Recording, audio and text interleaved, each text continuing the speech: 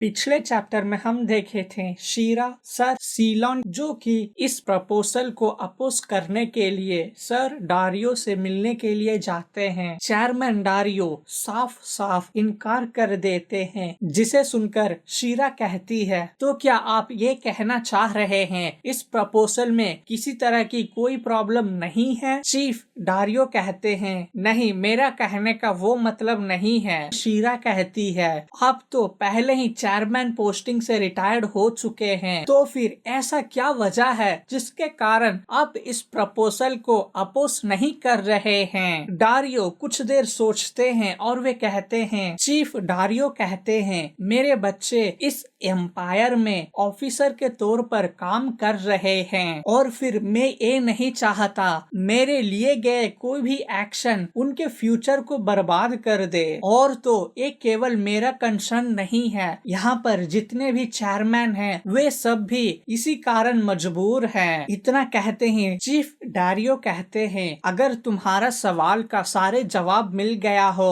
तो फिर मैं चलता हूँ। इतना कहकर वे वहाँ से जाने लगते हैं। तभी शीरा गुस्सा हो जाती है और वे कहती है, तो फिर आप ये कहना चाह रहे हैं इस कंट्री में जितना भी वेपन्स है वे सब दूसरे कंट्री में चला जाए तो भी आपको इससे कोई फर्क नहीं पड़ेगा? आप अच्छी तरह जानते हैं अगर ऐसा हो गया तो फिर ये केवल और केवल वार को बुलावा देने जैसा हो जाएगा। चीफ डारियो ये सब सुनते सुनते वहाँ से जा रहे होते हैं और वे कहते हैं, तुम्हारे सोच से परे है मिलिट्री ऑफिसर और उनके लेने वाले डिसीजन। बस अभी के लिए तुम याद रखना, ये मिलिट्री ऑर्गेनाइजेशन पूरी तरीके से करप्ट हो चुकी है। शीरा भी उनके बातों को गौर से सुन रही होती है और वे कहती है, यानी हमारे जितना भी वेपन्स है वे सब बाहर चले जाएगा? क्या होगा अगर वही वेपन आपके बच्चे की ओर बदल दिया जाए तो भी क्या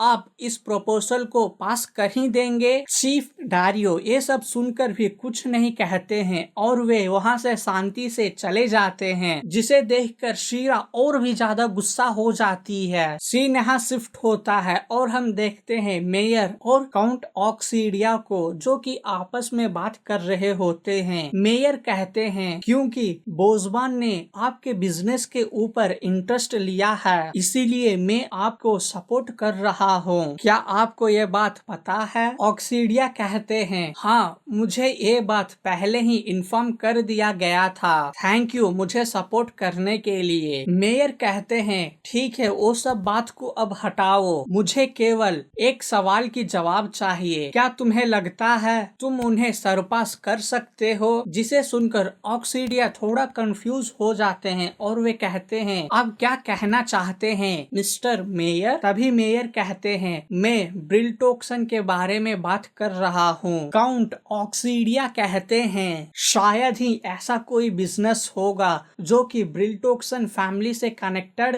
नहीं है। जितना भी प्राइमरी और सेकेंडरी सेक्टर का बिजनेस है वो सबका नींव ब्रिलटोक्सन फैमिली रखते हैं और वही लोग वो सबको कंट्रोल भी करते हैं। मेयर ऑक्सीडिया के बातों को सुनकर कहते हैं, क्या तुम्हें ऐसा लग रहा है मुझे इसके बारे में कुछ नहीं पता है? तभी ऑक्सीडिया अपने सर को झुका लेते हैं और वे कहते हैं, केवल और केवल एक्सटर्नल मार्केट को यूज कर उन्हें सरपास करना बहुत ही मुश्किल है। तभी मेयर कहते हैं, उनके बारे में जितना सुनता हूँ उतना मुझे गुस्सा आता है। कहानी पास्ट में जाती है और मेयर बताते हैं, एक नव्य धन्य परिवार जिनके पास पैसा के अलावा और कुछ भी नहीं था, लेकिन फिर भी उनके सामने सब लोग अपना सर झुकाए रहते थे। यहाँ तक कि लेडी वेलिटा ने भी कहा था ब्रिलटोक्सन फैमिली के ऊपर नजर बनाए रखने के लिए। तभी मेयर गुस्से भरी शब्दों से कहते हैं, ये केवल छोटे सा प्रोविंस के काउंट फैमिली हैं, लेकिन फिर भी इनका इतना इज्जत मैं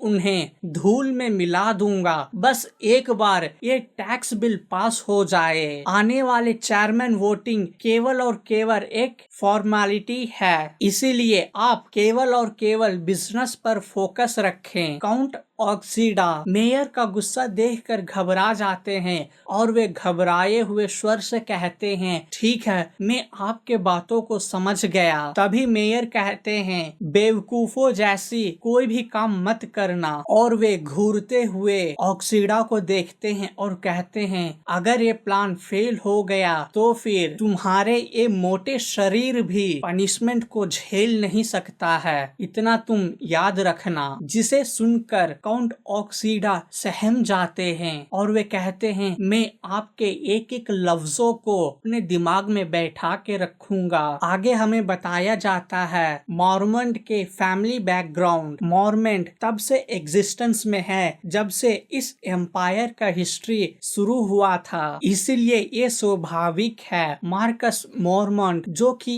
एक अपने आप में ग्रेट अथॉरिटी रखने वाले पर्सन है और मिलिट्री ऑफिसर भी हैं। कई सेंचुरी से इनके फैमिली से कमांडर बने थे। इनके पास पैसा, धन, दौलत और शोहरत भी है। मार्कस में इन्हीं को सबसे ज्यादा इज्जत दिया जाता है। कहानी शिफ्ट होती है सीलोन की ओर। वे कहती है, क्या ऐसा हो सकता है? वे रिश्वत से इतना प्रभावित हो गए और वे किसी चीज के बारे में नहीं सोच पाए। शीरा कहती है, नहीं, तुम गलत कह रही हो। जिसे सुनकर शिलोन हैरानी से शीरा की ओर देख रही थी। तभी शीरा कहती है, मार्कस मोरमॉन्ट वे एक सोल्जर हैं। वे अपना राय केवल और केवल पावर के लिए चेंज किए होंगे, ना कि घूस के लिए। और काउंट ऑक्सीडा वे ऐसे व्यक्ति नहीं हैं जो कि आसानी से मार्कस मॉर्मॉन्ट को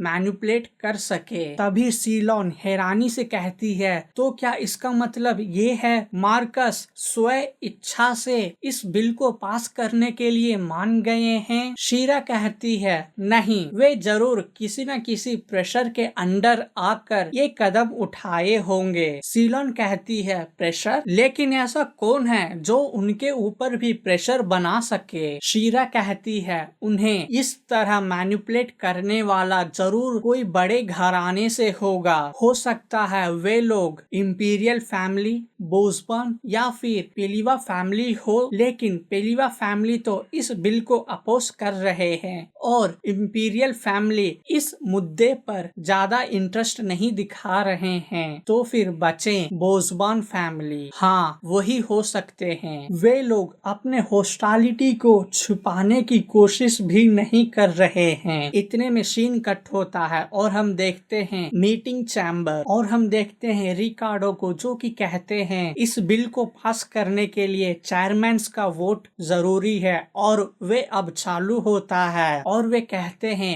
वोटर्स अपने अपने हाथ उठाएंगे तभी उस वोट को माना जाएगा। इतने में शीरा की नजर मार्कस की ओर जाता है। मार्कस जो कि अपने जगह पर बैठकर मुस्कुरा रहे होते हैं। शीरा उन्हें देखकर कहती है, क्या ये सच में ये सोच रहे हैं ये लोग जीत गए हैं? दूसरी ओर हम देखते हैं रिचार्डो को, जो कि एक एक चेयरमैन का नाम पुकार रहे होते हैं और वे भी अपना अपना वोट इस बिल को पास करने के फेवर में दे रहे होते हैं। क्रिस्टिन ये सब होते हुए देखकर शांत से बैठे होते हैं। तभी चेयरमैन डारियो के नाम पुकारा जाता है, परंतु वे शांति से बैठे रहते हैं, जिसे देखकर मार्कस और भी ज्यादा गुस्सा हो जाते हैं और वे कहते हैं, चेयरमैन डारियो। मार्कस को गुस्सा देखकर ऑक्सीडा भी सहम जाते हैं। आगे मार्कस कहते हैं, आखिर आप क्या करना चाह रहे हैं? कहीं आपको ये तो नहीं लग रहा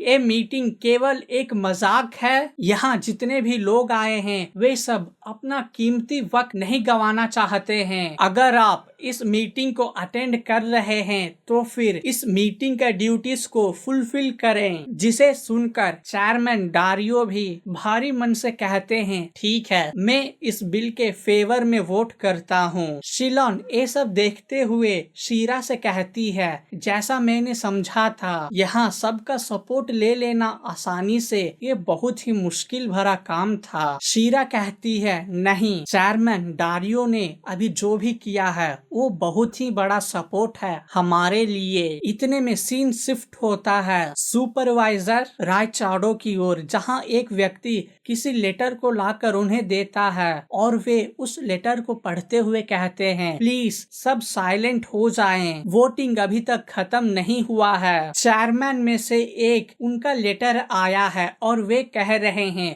वो भी इस मीटिंग में शामिल होंगे, परंतु उन्हें आने में थोड़ी देर हो जाएगी। जिसे सुनकर मार्कस गुस्सा हो जाते हैं और वे कहते हैं क्या आप क्या कह रहे हैं, यहाँ और भी चेयरमैन है? रायचाडो कहते हैं हाँ, लेकिन वो अधिकतर मीटिंग को स्किप कर देते हैं और तो और वे किसी भी वोटिंग में भी पार्टिसिपेट नहीं करते हैं, लेकिन वो भी ऑफिशियली एक चेयरमैन हैं। मार्कस कहते हैं ये कैसी बकवास है। इतने में वहाँ जितने भी लोग बैठे होते हैं वे एक आवाज सुनते हैं फाइनली चेयरमैन का वोट इस प्रपोजल के खिलाफ है, जिसे सुनकर मार्कस और भी ज्यादा हैरान हो जाते हैं। रायचाडो अनाउंस करते हैं ये चेयरमैन के वोट के साथ इस प्रपोजल को रिजेक्ट कर दिया जा रहा है। तभी रायचाडो कहते हैं क्योंकि चेयरमैन में से एक इस प्रपोजल के खिलाफ है तो फिर ये प्रपोजल रिजेक्ट किया जा रहा है। शीरा ये सब होते हुए देखकर मुस्कुरा रही होती है,